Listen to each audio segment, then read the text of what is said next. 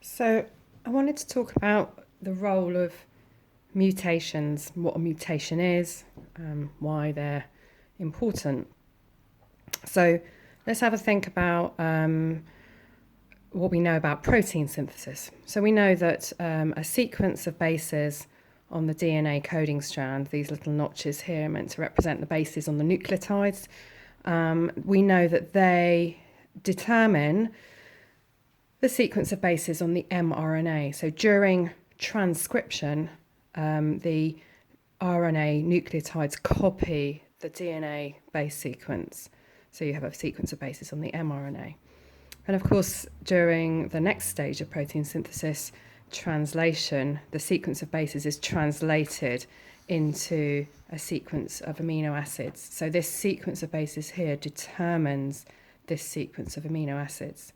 So when you have all the amino acids joined together like this, we know it's the primary structure. And we know that this primary structure determines where the bonds between the R groups of the amino acids in the chain are going to be, and that in turn determines the overall shape of the protein, the tertiary structure, and that in turn determines what job the protein will be able to do, what its function will be. So let's have an example. Here is a little picture of a bacterial cell, okay, and here is its loop of DNA. They don't have chromosomes like us.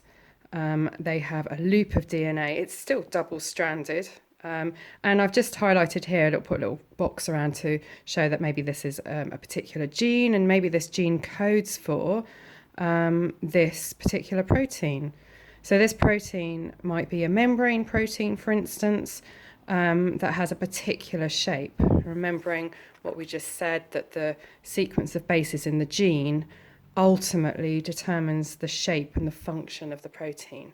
So here, the sequence of bases in this particular gene is going to ultimately determine the shape and function of this particular membrane protein. And we can see it's got a very specific shape. And let's say that it's complementary to a particular antibiotic. So if you were to expose this bacterial cell to an antibiotic, the antibiotic would be able to bind to the complementary region of the membrane protein and destroy the bacterial cell. Yep. So we would say that this bacterial cell is antibiotic sensitive. Okay, we'll come back to this example in a bit. Okay, so let's just have a quick look at the next page to show what the mutation will do. So a gene mutation is defined as a change in the sequence of DNA bases. So it might just be one base that's changed, swapped for another one, or taken out, or another base is inserted. It might be a group of bases. In this particular example, just one base has been changed. And of course, if that base has been changed, then when it gets copied, when this coding strand of DNA gets copied into the mRNA, it will be copied incorrectly. Okay, so that mutation, that mistake, is being copied over onto the mRNA.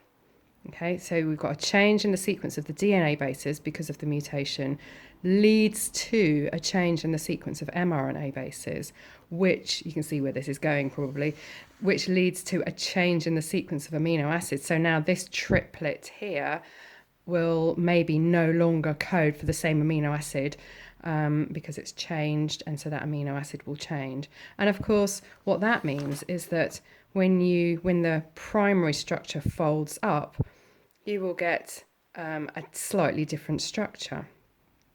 Okay, so this is because the bonds between the R groups are occurring in slightly different places, and so you get a different tertiary structure. This might change the function of the protein, and this could be disastrous for the organism.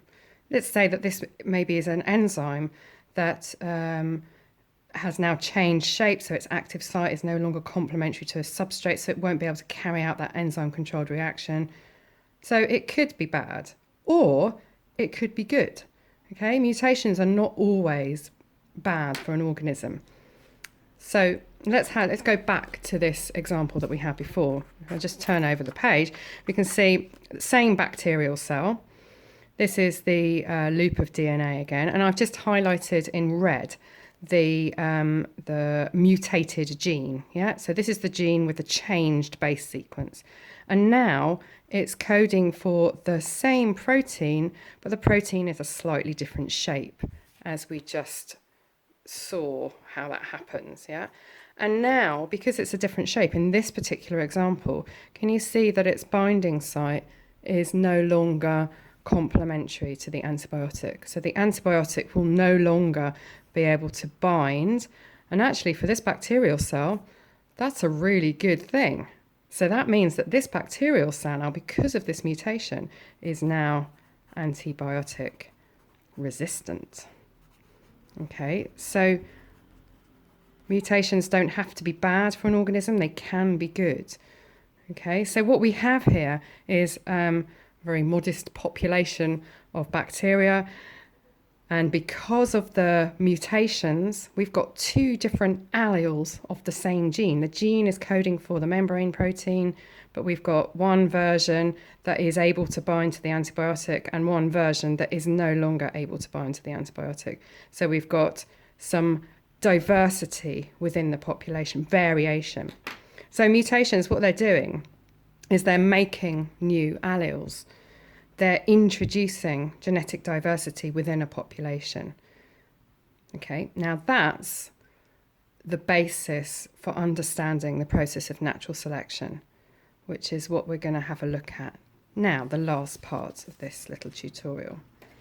Okay, so we have a little flow diagram here to show the importance of two aspects in allowing the selection of a particular allele or characteristic to be selected. Okay, so first of all, we have this variation in the population due to mutations. Let's use the example that we had before. So the variation is that some bacteria are antibiotic sensitive and some bacteria are antibiotic resistant, and that's because of the mutation in this particular gene. Some don't have the mutation, some do. So they've got two different alleles for this particular gene. Now, it's important to note that this mutation is not caused by the environment. This is happening separately. I'm going to say that again because that's quite important. These mutations are not caused by the environmental pressure. The environmental pressure is happening separately. It's important in the process of natural selection, but this is not causing that. So we have the variation. The selection pressure is due to the environment. The selection pressure is going to be the thing that selects one characteristic over another. So in this case, the selection pressure will be something that's happening in the environment, the use of antibiotics, for instance, in this example. So let's follow this through. We'll come back to that example in a second. So we have variation in the population and we have a selection pressure, which is due to the environment. So it's something about the environment. Okay, these are happening independently of each other. We don't have one causing the other. They're happening independently of each other. But if they're both happening at the same time, then this happens. Okay, so if we have variation, we've got the antibiotic sensitive and the antibiotic resistant varieties, and we have the use of antibiotics, then the individuals with the advantageous allele, i.e. the ones that help them to fit into their environment better in an environment full of antibiotics, as we've used in this example, they're going to survive, and because they're surviving, they're going to be able to reproduce. Now, the others in this example, these are the ones that are going to survive and reproduce. These ones, in the presence of antibiotics, will die. Okay? So this means that the advantageous allele, or the characteristic determined by this advantageous allele, i.e. the antibiotic resistance, that will be passed on to the next generation. And the disadvantageous allele, i.e. the one that makes the receptor that binds to the antibiotic, that will not be passed on to the next generation because the cells won't survive for long enough to be able to reproduce. So these varieties will die and not pass on their allele. These varieties will survive for long enough to be able to reproduce in larger numbers to be able to pass that advantageous allele on. Okay? And then what happens is that this frequency, the frequency at the number of times that this particular allele occurs in the population, it increases in the population. So what you have is you have more and more and more of the antibiotic resistant varieties and fewer of the antibiotic sensitive varieties. So it's important to note also that without the selection pressure, you won't get the selection of one or the other happening. So if you don't have this, neither the antibiotic sensitive or the antibiotic resistant varieties will have an advantage over each other. They'll both survive and reproduce.